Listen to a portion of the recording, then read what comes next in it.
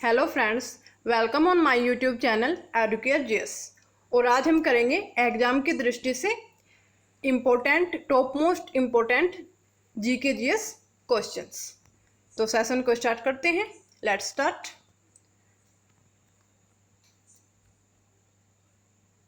Question number first, तीनों ओर से बांग्लादेश की सीमा से, यहाँ पे ये घिरा हुआ है फ्रेंड्स, तीनों ओर बांग्लादेश की सीमा से घिरा हुआ राज्य कौन सा है? तो इसके ऑप्शन है मिजोरम, असम, त्रिपुरा या मणिपुर। तो क्या होगा इसका आंसर? इसका आंसर है, गैस कीजिए, इसका आंसर है त्रिपुरा।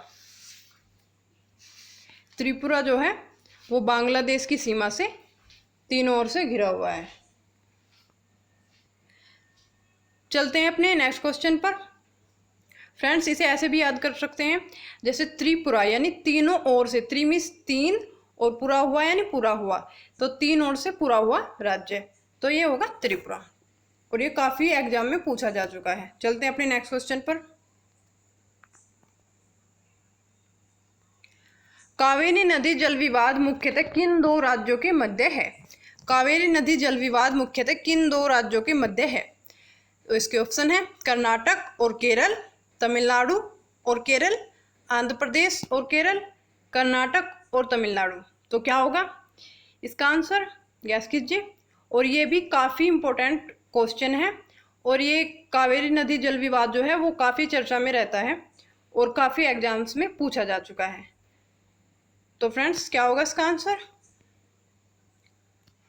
इसका आंसर है कर्नाटक और तमिलनाडु राज्य में के बीच ये कावेरी नदी जल विवाद है। और ये मुख्यतः वैसे तो चार राज्यों के बीच है, लेकिन मेनली जो है ये दो ही राज्यों के बीच है। चलते हैं अपने नेक्स्ट क्वेश्चन पर। ज्वालामुखी के क्षेत्र रिंग्स ऑफ फायर किस महासागर में पाए जाते हैं? ज्वालामुखी के क्षेत्र रिंग्स ऑफ फायर किस महासागर में पाए जाते हैं? तो इसके ऑप्शन है अंटार्कटिका महासागर, प्रशांत महासागर या हिंद महासागर या आर्कटिक महासागर। तो क्या होगा इसका आंसर? और ये भी काफी इंपॉर्टेंट क्वेश्चन है। तो इसका आंसर होगा प्रशांत महासागर। प्रशांत महासागर में ये ज्वालामुखी के सबसे अधिक प्रभावित क्षेत्र रिंग्स ऑफ फायर पाए जाते हैं। चलते हैं अपने नेक्स्ट क्वेश्चन पर। एशिया का सबसे बड़ा पशु मेला कहाँ लगता है? एशिया का सबसे बड़ा पशु मेला कहाँ लगता है? इसके ऑप्शन है जबलपुर, रामपुर या सोनपुर या कानपुर। तो क्या होगा इसका आंसर कि एशिया का सबसे बड़ा पशु मेला कहाँ लगता है? एशिया का सबसे बड़ा पशु मेला लगता है सोनपुर में। सोनपुर में ये लगता है। और ये सोनपुर कहाँ पर है? ये सोनपुर पड़ता है बिहार में।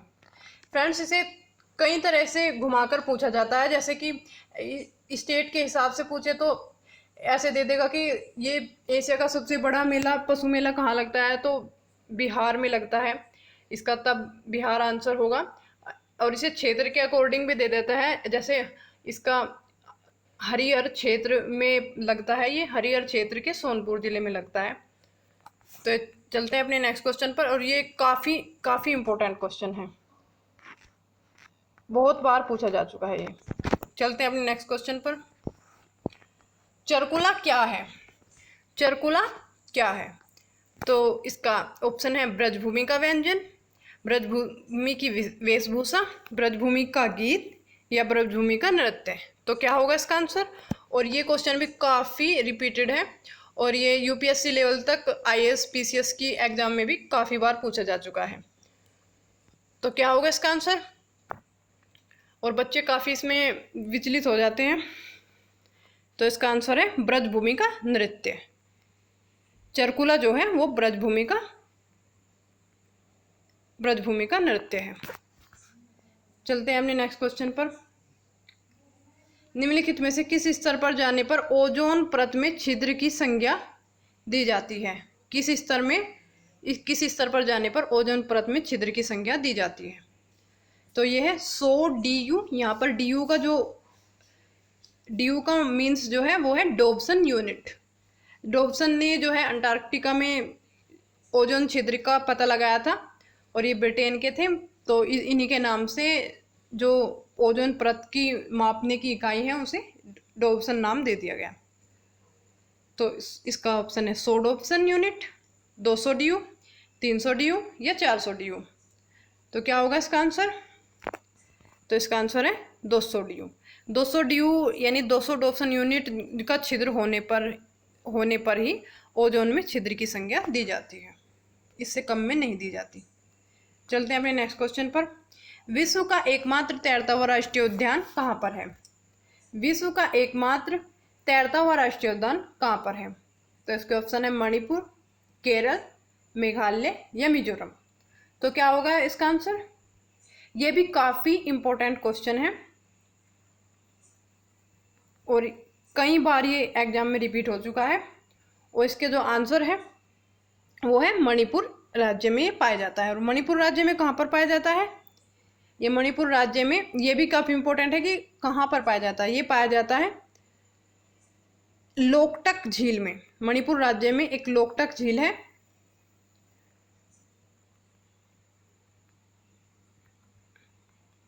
लोकटक झील में पाया जाता है। और इसका कौन सा है, ये कौन सा उद्यान है? इसका नाम भी काफ़ी बार पूछा जाता है कि ऐसा कौन सा राष्ट्रीय उद्यान है, मतलब कि उसका नाम बताइए। तो ये है केबुल लामजाओ राष्ट्रीय उद्यान। केबुल लामजाओ, केबुल लामजाओ राष्ट्रीय उद्यान, ये भी काफ़ी इम्पोर्टेंट है।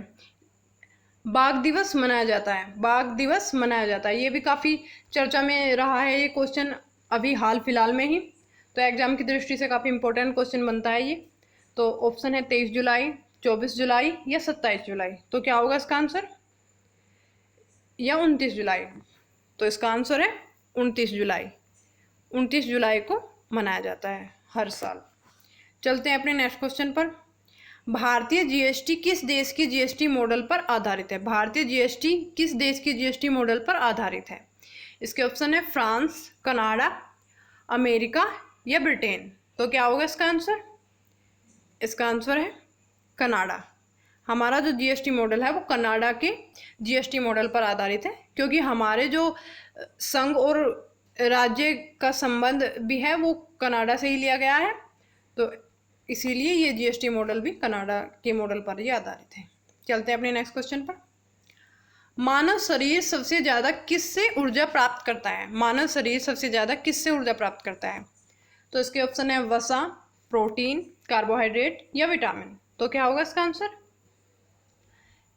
तो इसका आंसर है कार्बोहाइड्रेट। कार्बोहाइड्रेट से मानव शरीर सबसे ज़्यादा ऊर्जा प्राप्त करता है। वैसे मेनली तो वसा में सबसे ज़्यादा ऊर्जा पाई जाती है, लेकिन जो ह्यूमन बॉडी होती है, मानव शरीर होता है, वो वसा से ऊर्जा का पाचन नहीं कर पाता, इजीली नहीं कर पाता, तो कार्बोहाइड्रेट से ही ज़्यादा ऊर्जा ली जाती है, क्योंकि इसका पाचन जो होता है सरल होता है। चलते हैं अपने नेक्स्ट क्वेश्चन पर। भविष्य का ईंधन किसे कहा जाता है? भविष्य का ईंधन किसे कहा जाता है? इसके ऑप्शन है सल्फर, पोटेशियम, हीलियम या हाइड्रोजन। तो क्या होगा इसका आंसर? इसका आंसर है हीलियम। हीलियम को भविष्य का ईंधन कहा जाता है। चलते हैं अपने नेक्स्ट क्वेश्चन पर। भारतीय संविधान की प्रस्तावना में अब तक कितनी बार संशोधन हो चुका है? भारतीय संविधान की प्रस्तावना में अब तक कितनी बार संशोधन हो चुका है? इसके ऑप्शन है 2 बार, 3 बार, 1 बार या कोई संशोधन नहीं। तो क्या होगा इसका आंसर? इसका आंसर है 1 बार। अब तक भारतीय संविधान की जो प्रस्तावना है उसमें 1 बार संशोधन हुआ है, और ये भी काफ़ी मतलब कि जो एग्ज़ाम है काफ़ी एग्ज़ाम में रिपीट हो चुका है ये क्वेश्चन, और इम्पोर्टेंट है एग्ज़ाम की दृष्टि से काफ़ी। फ्रेंड्स, जो ये भारतीय संविधान की प्रस्तावना में एकमात्र 1 बार ये संशोधन हुआ है, और ये कब हुआ था? ये हुआ था 42वें संविधान संशोधन के द्वारा, 1976 में। फ्रेंड्स, ये 42वां संविधान संशोधन जो 1976 में होता है, इसको मिनी कॉन्स्टिट्यूशन भी बोला जाता है या इंदिरा का संविधान भी इसे बोला जाता है, क्योंकि इसमें काफ़ी ज़्यादा संशोधन हुए थे। और ये क्या संशोधन हुआ था? ये हुआ था, हमारे संविधान की जो प्रस्तावना है उसमें 3 शब्द जोड़े गए थे। एक तो अखंडता जोड़ा गया था,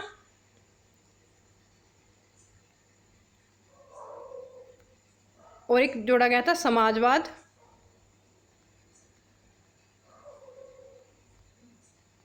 और एक जोड़ा गया था धर्मनिरपेक्षता।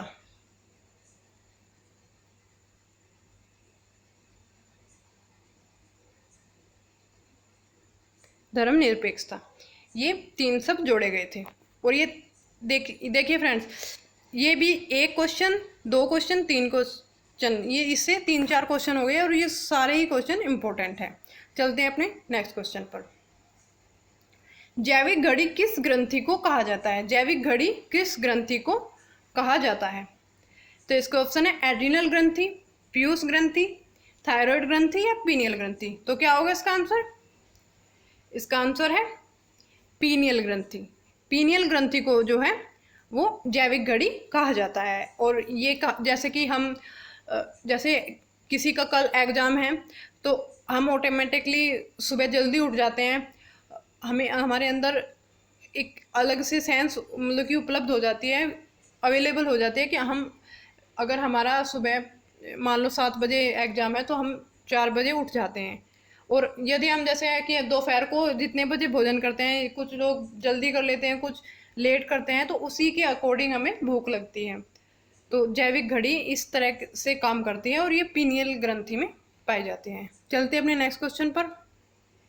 किस शैवाल को अंतरिक्ष यात्री प्रोटीन पूर्ति हेतु अपने साथ अंतरिक्ष में ले जाते हैं? किस शैवाल को अंतरिक्ष यात्री प्रोटीन पूर्ति हेतु अपने साथ अंतरिक्ष में ले जाते हैं? तो इसके जो ऑप्शन है वो है वोलेनिया शैवाल, क्लोरेला शैवाल, लाइकेन या एनाबिना शैवाल। तो क्या होगा इसका आंसर? इसका आंसर है क्लोरेला शैवाल।